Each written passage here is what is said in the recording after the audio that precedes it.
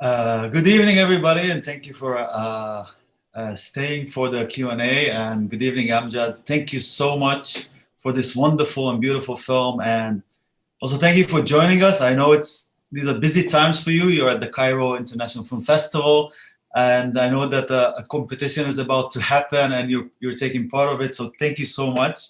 Thank you, Scandar, for inviting me, and thanks for arranging this during the COVID. Anyhow, and just figure it out to let people still keep watching cinema. So really, thank you. Absolutely, it's very, very important. We're getting a lot of comments in the chat box. I'm reading beautiful film. Thank you, Amjad. A beautiful and well-crafted film. Thank you. Wonderful film. A very strong film. I can't wait to see your next one. These are great comments. A lot of loves, a lot of flowers, and a lot of beautiful things. And I'm sure that people are clapping now. And I'm sending them kisses, like from here to Dubai, to Abu Dhabi. That's great. I will kick off with a few questions, and then I'm sure more will be coming in. Sure. I know that the film was adapted from a short story by Sudanese writer Hamour Ziada, right? Yeah. Right. And he told me, it was maybe this summer, that it's very tricky to adapt stories, and he made a very conscious decision to leave the writer out of the process. So you work with a co-writer, but Ziada was out of the process. He didn't have any say to do with the adaptation. Can you talk a little bit about this decision? And was it about trying to take only certain things of the short story, maybe the political aspect, maybe all this sadness that we'll probably discuss a little bit more? Like, how did you make this decision, and why did you choose to work this way? Well, I think the answer will be in two parts. The general part, why I love cinema, how I started to be in love with cinema. I think the novels, reading novels, it was the start, because here where I was like 10 years old, and my mother, she was working in a big library in Al Ain.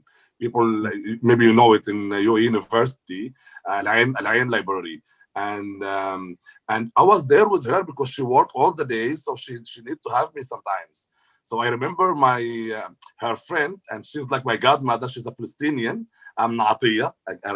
We're still in touch. She's in Ramallah now. She started like just to give me books to read it. And that books was like Najib Mahfouz and stuff, and I was just 10, you know? Mm-hmm. So I think my imagination just like started earlier to imagine the novels as something I can understand as a kid. So one of my initiatives as a filmmaker is to defend this. And I did that during working in NYUAD 20 with the funders, because in Europe now, when you have a project to fund, they always ask you this, like, how it's personal for you. I mean, when they fund, like African, or it should be telling the story of, no, I can tell the story of that bird, but as Yusra Nasrallah just said, when I tell the story of the bird will be my life. So it will be me till I finish the film. Mm-hmm. So, and I think this standard of funding that always focusing in personal issues, so people just do films about them and their mothers and then grandmothers, it's nice, but it kept the noveling adaptation away. And now you can see a novel adapted in a TV series and Game of Thrones and wherever, but you can't see it in independent cinema. So I was always wondering why. Well, I wasn't planning really to do my first feature film adaptation as adapted from a short story or a novel. It just happened. I mean, my grandmother was just died, and I was like in my way from Dubai to the funeral in Sudan, and it happened that book, it was in my hand, as usual in plane I like to read. And just like the sadness, that talk about how Sudanese people grieving and deal with the grieving. And I think I was in that sense at the moment. Mm-hmm. Yeah, absolutely. And what's really impactful and strong in this film is that it is about grief, and it is about sadness, and you don't hide it. I mean, the first frame of your film is a dead animal. What is it? A cow, right? And a real dead cow. It was already dead there in that place. Yeah. Yeah. So you have a real dead cow in the foreground, completely still. But then in the background, people are just marching and walking. With full of color. Yeah. Super colorful. And then from the get-go, we understand, okay, it's about death and life. And in fact, it's a motif that comes again and again throughout the film. This whole idea of happiness or sadness in happy times. So I don't know how to, he bikhtam al-Quran, he finishes memorizing the Quran, which is a happy moment. And all the women there, they're doing the zaghruta, and his mom is super, super, super sad. And then in the engagement party of Naima, right? Yeah. Yeah. And everybody's happy and dancing, and they do again the zaghruta, which is the depiction of happiness. And then she's almost crying. And this is something you worked with a lot. And is this something that comes from, because I heard you saying, in our long discussions that eventually a film is kind of a mirror to life, right? Even if it's not your own life. But is this something, and it's a question also we received here about traditions and cultures. Is this something that you see in Sudan, and how is it related to, I don't know how many decades of Bashir and all those dictators? Yeah, you know what? I always, because I've been born and raised in Dubai, but actually 6 years of my childhood and teenagehood, I spent it in Sudan from 1991 to 96. And at that period, one of my aunts died, and we were like living in the family, big family house. And my aunt Siham died. And I remember how, and she was like young, she was in 30 or 31. So I remember how the sadness was there. I remember how my mother and my aunts, they were like black for 2 years. They are not allowed to wear anything than black. And normally Sudanese, they wear white, not black. Yeah. But just my family, they did that because they're very sad for her as a young woman died. And my grandmother, she wore white. And I think you can connect now this with Sakina and with Aunt Nafisa. Yeah. So I really, the story, I wanted to reflect just flashes of my memories and that's exactly what I meant when I was talking about adaptation. You can take wherever and you can still reflect yourself. For example, sometimes I felt like Suleiman is just talking in my voice, in the way I talk, in the way I criticize my friends for superstitions or things, and I'm so loud on that, too much sometimes, annoying maybe. So I wanted him to be annoying like me. Because I hate that on myself, and I love it sometimes, but I hate it in general, So I just wanted to kill it in Suleiman. And that's why I was cutting a lot of scenes from Suleiman, from the script writing till the editing, actually. I deleted like 3 scenes for him in the editing just to shut up Amjad, Yeah. And for example, also, I put on the script, and that's why I kept the novelist Hammour away, because I wanted to reflect myself. For example, the main fear on this film is the sea, or the Nile, the water. It's not in the novel, at all. I mean, it's my fear because I never swim. I never go to swimming pool. I never go to, I've been in Brazil, in Sao Paulo, in beautiful Copacabana beaches, but I can't be very close to the water. So I put that in Muzamil and everyone, actually. And because that started when I was living in that city. Really, a lot of people died in the Nile. For example, also how I reflect myself, maybe also the first time when Muzamil was watching the films on the wall, I can remember when our uncle Rashid, he came back from Saudi Arabia with a camera projector, and he couldn't play the sound, but he reflected the image on the wall, but he couldn't play the sound. That's why I was telling Ranait in Beirut, I don't want the sound of the film. She was like, why? We have it. It's Shaheen film. It's, we have the sound. I said, no, just my uncle. He couldn't do it. So it's about me and my uncle. It's not just about Muslim. It's about my memory. Yeah, it's true. You know, I watched your film for the third time today, just to go over it and refresh my memory.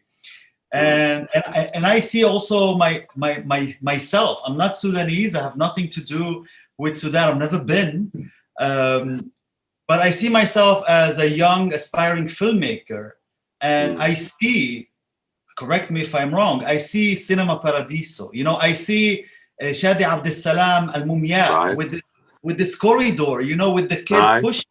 It's actually the exact scene almost. I see Costa Rica a little bit. I see a lot of those elements. Time of the Gypsies, absolutely, yeah. And so, the Whipping Meadows, also the boats. Yeah, who? 300 Polis, the Greek. Okay. Whipping Meadows. Right. Yes, absolutely. Yeah. So it is truly very, very personal, and has a lot to do with your memories, because you used to go. You were born. You lived basically in Dubai, but used to go a lot to Sudan. And the things that you capture, and they're all in. And also, the way you played with color. This white and the black, and there's always like red. Whatever you look, there's like a little. It's almost like trying to promote this beauty of Sufism with a little bit of green sometimes also. Yeah. And I thought that was fascinating and beautiful. All this attention to details, and this relates to a question that. Sorry, I just copy pasted the question. But maybe I will comment about this here. I will comment about this because this is continuing what we were saying just now. How the film could be a reflection for the filmmaker himself, and to reflect yourself, you need to be full of something. I mean, you can't be full of everything. But for me, if I had a chance to watch Phantom of the Opera, I do. If I have a chance in Paris to go to the Louvre, I do, because I need to see. I need to keep tracking visions and memories. And so for example, I never been in a religion or religious but I always loved the Sufism literature. I always love Al-Hallaj. I mean, I have a ring for Al-Hallaj from Azza Fahmi. I love that. So I think I was criticizing things in Sufism, but at the same time, I was celebrating in somehow the art, the colors. That's why the red, the touch of the red, and you have always, you have this white and black and green. But if we go back just also of reflecting what you love in cinema. So I just felt like my first feature film, I want to try things, and I want to send Selou for some names, like Gussi Betarnatori and Shaheen and Jadallah Jubar, the Sudanese, with his documentary film.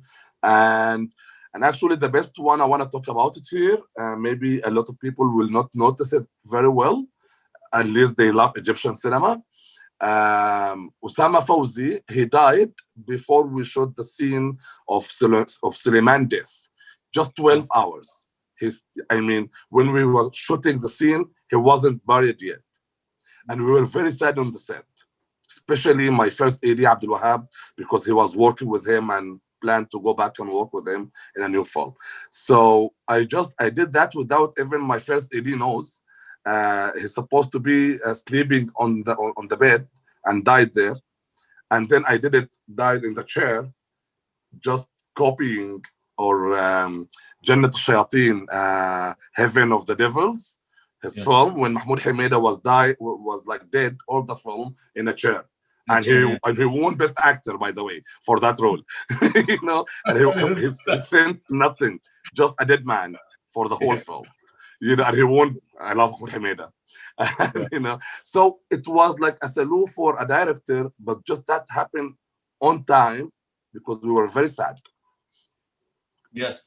And talking about, you know, the visuals that we talked about, the colors, there's a question about working with Sébastien Goepfert. And someone Sébastien asked, Goepfert. how was it working with him? Awesome. I mean, Sébastien, he's younger than me. He's 32. And he's so humble and easygoing. I mean, can you imagine a director and DP, they didn't fight or disagrees for a moment, you know, for the whole film. I mean, maybe a little after when we were doing the color grading, we had some like, you know, Tom and Jerry thing, but but during doing the film, no, at all. He's very nice. He had like experience before in 2 feature films. One of them for Leila Bouzid, his wife, على حلة عيني.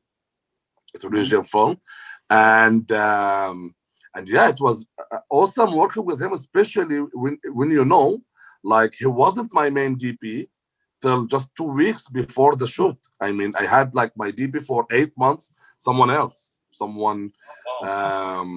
very none, but because we delayed and we crossed on his film, another film, Palestinian film, by the way, he was supposed to do, and he did it. So we had to find a solution. So they introduced me to 3 DPs, and in my phone call with Sébastien, we talked like 1 hour and a half, and I love him because all that time he never mentioned the lenses that we're gonna use or the lights or the camera.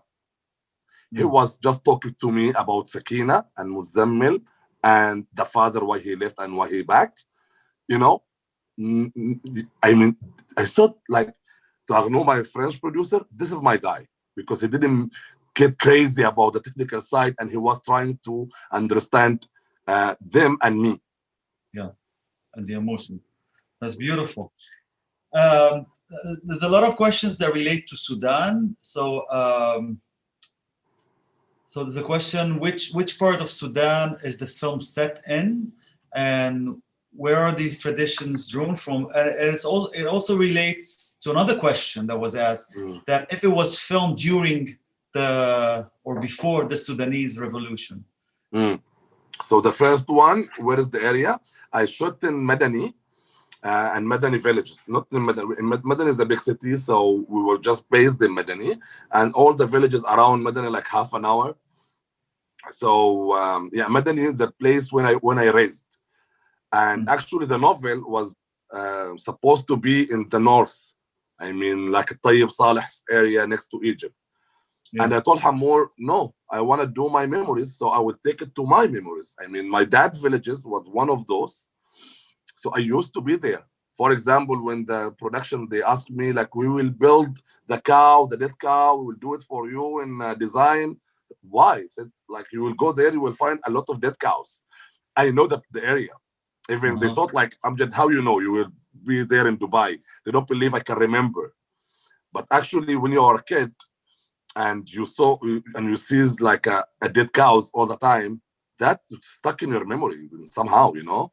So I want because it reflects for me when we were going to funerals all the time or going to weddings.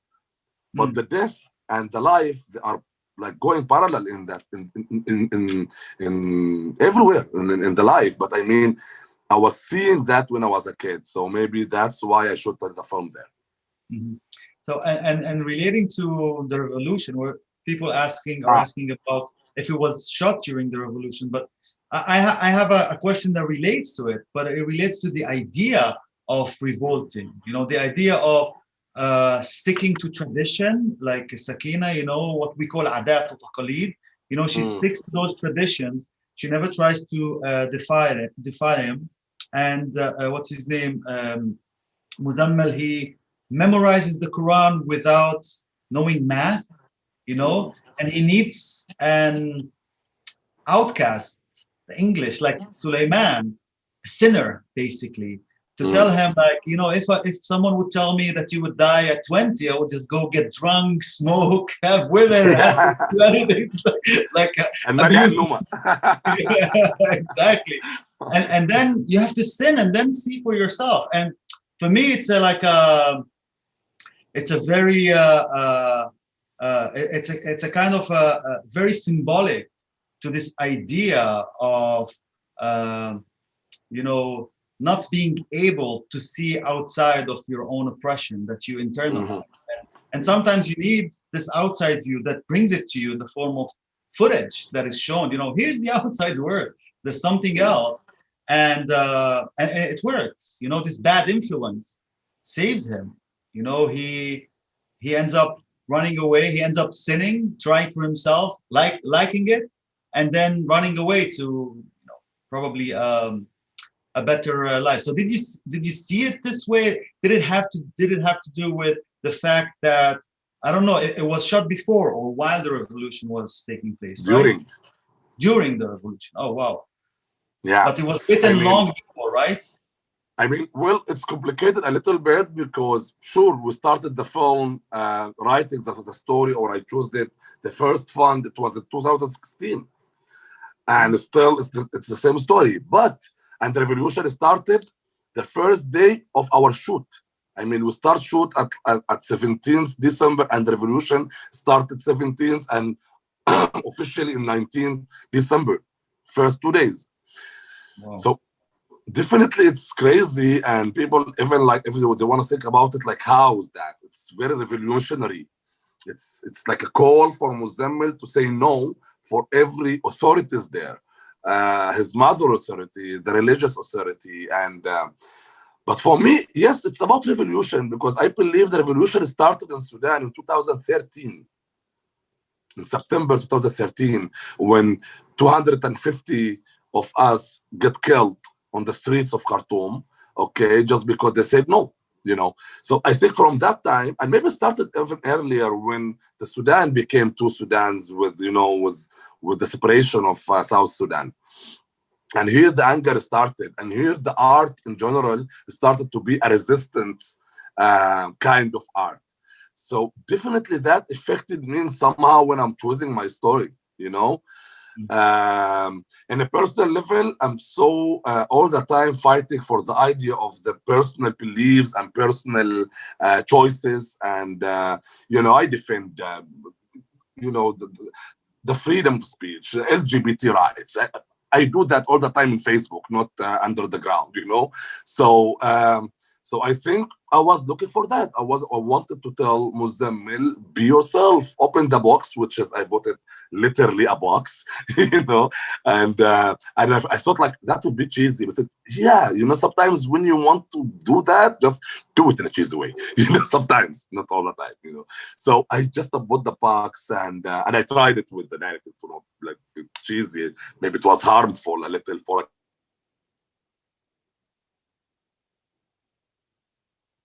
Oh, you're stuck. I don't know if it's only here or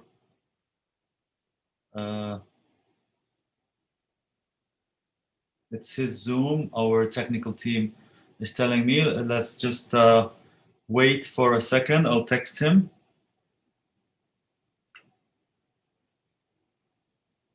Sorry about that.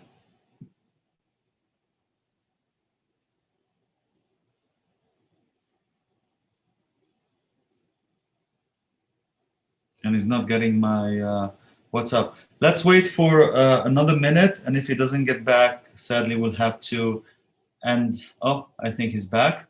Amjad, you're muted. Just unmute yourself.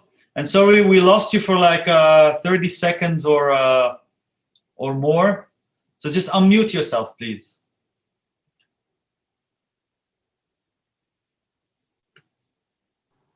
Is it working now?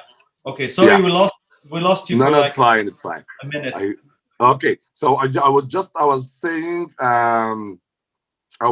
like it just happened that also when I continued to edit the film, I was in Egypt editing, and the revolution is still forced. I'm back on streets, but then they called for the sit-in, and I supposed to send the film for Cannes. Actually, I sent that for Cannes, and they loved it, and I supposed to do the like, grading and stuff. And I was pushing Arnaud to do that, Arnaud, my French producer. And then suddenly I decided to go back to Sudan. So I booked my flight without telling all the producers, and I was there in 3rd April, and the sit-in was 6th April. And I told them like just 1 week and I will back. Actually, I stayed for 2 months. Oh, wow.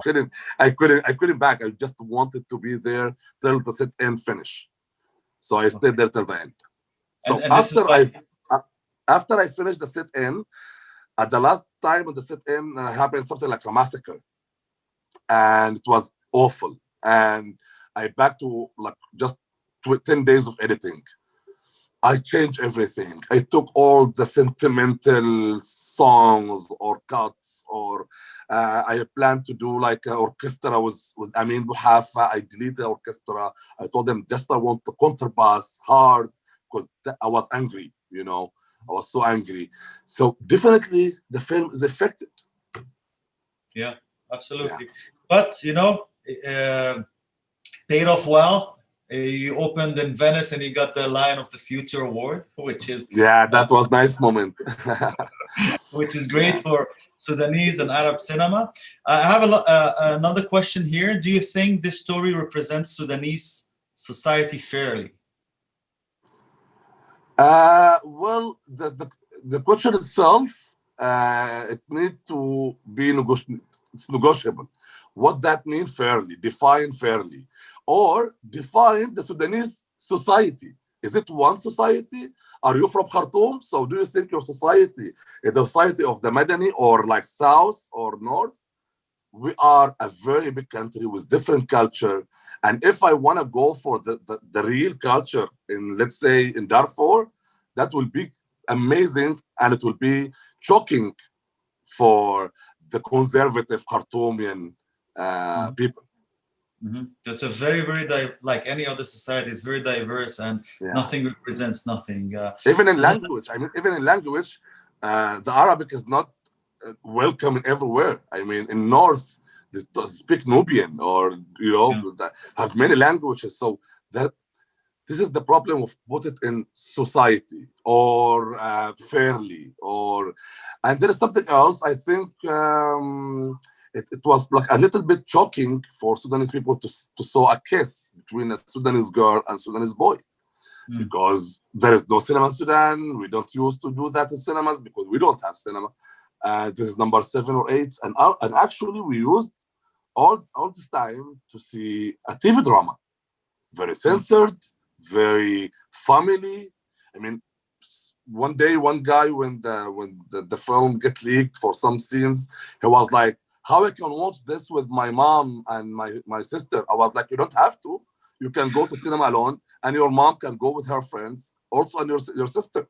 So you don't have to sit like Layali al-Hilmiya and watch it together in Ramadan, It's a cinema. It's 18 plus, or you can have rates, so you can understand when to watch and when not. Mm-hmm. Thank you.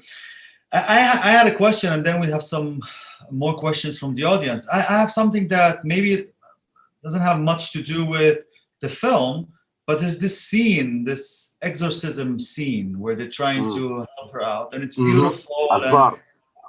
Zar, it's called Azar, yeah. And it's beautiful, but there's an element there that I couldn't understand, which is the tarbush. Now I know that the Turks, the Ottomans, I mean, they used to call Sudan al-Turkiya, right? When it was conquered, when it was colonized by the Ottoman. Is this another political statement that you did there? How does it work? No. Not at all. This is just something I loved it when my grandmother was talking about it. Her and her friends, that grandmother's gathering. I love that concept. It will take a little bit time to explain it, but it's about this ceremony. They do it to figure out what kind of devils inside the woman or the person. In this case, Sakina. So they have categories. Like there is if there's Sudanese people here, they will understand that. you know? And Probably. so Sudanese people yeah, raise it's your very hands. interesting. Yeah. Like في لولية الحبشية, there is like a Lulia, the Ethiopian Lulia, or Bashir al-Habashi, or Abdul Qadir al-Jailani, the Iraqian Jinni, and and there's al-Khawaja. They call him Khawaja because he's Turkish Jinni. Foreigner. So Yeah. they assumed, because she's so obsessed by Sulaiman idea, because you know this jealousy between her and Sulaiman about Muzamil, they assumed that, and I loved it to do it, to choose this Jinni to do the ceremony. I can, yeah, the Turkish one. If I can do it again, maybe I will do the Habashi one, and it's beautiful because it's all the Ethiopian ceremony. So yeah. Oh wow, this is fascinating. Yeah, Someone and is just asking. something to add here. When they were like going to the Tsar, her and Nafisa, she was telling her, "Do you really want to do that? Because it's haram, you know. Do you want to please the Jinni?" She said, "If the sheikhs and their angels refuse to help, maybe the Jinni will." So actually, she wanted to play the universe powers. Yes. Yeah. It's beautiful. There's a quick question about what was the name of the novel of Hamour Ziyara? Sleeping on the Mountain Feet. Sleeping on the Mountain. النوم عند قدمي الجبل. Okay, thank you. Nice question. Who are some of your favorite Arab filmmakers who have inspired you? Arab filmmakers? Scandar Copti, Ajami. I love Ajami, you know that. But I think Yusuf Shaheen, definitely. Yusuf Shaheen. He inspired me even with his worst films. With his most bad films he did, I loved it. Not because it's standard for me, because I can see how he can reflect himself in 40 films that he did. He did like 40 or 41 films, including or plus the shorts. I mean, this guy, he can really do a film about himself and put his mother character and his sister and judge them. And then he do another film to judge himself. He's just, he's different. He's not like anyone. Shadi Abdel Salam, he did one film, but really I like his style, but I can't say he inspired me as much as Shaheen. Sure. Yeah. He did more than one. He did one feature. But he did one feature, and he did another like short, Al-Falah Al-Fasih, and he did a documentary, Jiyush Al-Shams. And sadly, he passed away after the film. The film was restored actually 10 years ago by Martin Scorsese, and I watched the restored version. Yes, and it was beautiful. And I saw it in Abu Dhabi Film Festival, by the way, the restored version. Yes, it was beautiful. There's one last question because we're running out of time, and it's about the ending. How did you think about this ending? I mean, we understand what it means, but why, like running, chasing a truck? Yeah, chasing a truck without seeing him catch the truck. Yeah, I think I wanted kind of open ending. I was fighting for another open ending, and then all the producers and the sales agent like that will be too much open for such. But actually, it's very tricky. I mean, tricky story to end it. For example, the novel, it's called النوم عند قدمي الجبل, sleeping on the mountain feet, because the ending is he dig his grave and he go and sleep on it. That's the novel. Or the taste of cherry. Yeah. And when he knows like today is 20, he goes to Sitan Nisa and he do that. I did die, he just sleep on it. It's nice for a novel, but here in the novel, you don't have Sulaiman enough and you don't have Naima at all. So I have two characters added for the script. It's really changing characters, changing the character driven that I have. Added something for him, they tried at least. So I had to do a different ending. But if I made him like die, that means I support the prophecies maybe. And if I made him like just left, so you watch the film and you know that I will not kill him. So it was very tricky, and I was just wondering what if he decided to run, but during his running, I will go back to his main concern, the priest, when he was listening to priest of his mother, the father. So I wanted to play it with the priest and not a bass, just a cotton track, because that area it's all about farming cotton. And for a moment I didn't want to see the car anymore, to just see him breathing and not smiling. It's something, maybe he lost the cotton car, maybe his subconscious that used to believe for 20 years that you're gonna die in this day, you're gonna die in this day. Maybe he will fall down when we did the black and he died. I don't know. Yeah. Amjad, I have tons of questions to ask you, but I'm sure we'll get the chance to talk more about your film. I would like to thank you very, very, very much. Thank you so much for making the time to talk to us. And Habibi, thank you, Scandar. I really enjoyed it. Thank you so much. You should be a presenter or something. You should do a cinema program, cinema TV show, by the way. I would like also to thank you, the audience that came to watch our film, and thank you, guys. Art Center team, each and every one of you, the Film and New Media Program, our partners at Sorbonne University, the Arts and Humanities Division at NYU Abu Dhabi, and of course, Amjad again. Thank you so much, and thank you. Thanks. See you. See you. Bye. Bye-bye.